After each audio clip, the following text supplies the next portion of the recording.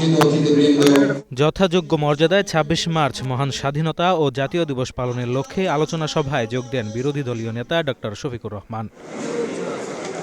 বক্তব্যে তিনি বলেন, মহান মুক্তিযুদ্ধে মূল প্রত্যাশা ছিল সাম্য, মানবিক মর্যাদা ও সামাজিক সুবিচার প্রতিষ্ঠা করা। কিন্তু লাখো মানুষের রক্তের বিনিময়ে দেশ স্বাধীন হলেও মানুষের প্রত্যাশা পূরণ হয়নি।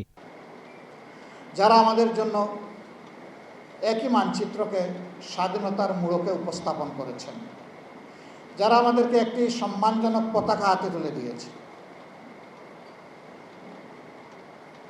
এই পতাকা এবং মানচিত্রের হাত ধরে বাংলাদেশটা বদলে যাওয়া উচিত ছিল।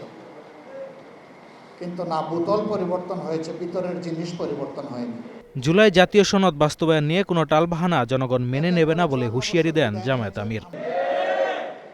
আজকেও যদি সেই পুরোনো কায়দায় চিন্তা করা হয়, জনগণের ভোটকে অস্বীকার করার, অগ্রাহ্য করার, অপমান করার, তাহলে দেশবাসীকে অপমান করার খেসারত গোনার জন্য তৈরি থাকতে হবে।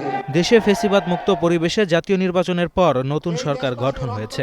এমন পরিস্থিতিতে কেউ আর নতুন করে ফ্যাসিস্ট হওয়ার দুঃসাহস দেখাবে না বলে আশাবাদ ব্যক্ত করেন ডক্টর শফিকুর রহমান। ফাঁসি তৈরি আছে। Sanjit Hasnat, green news, Dhaka. আবার আয়নাঘর কায়েম করবেন, তৈরি আছে।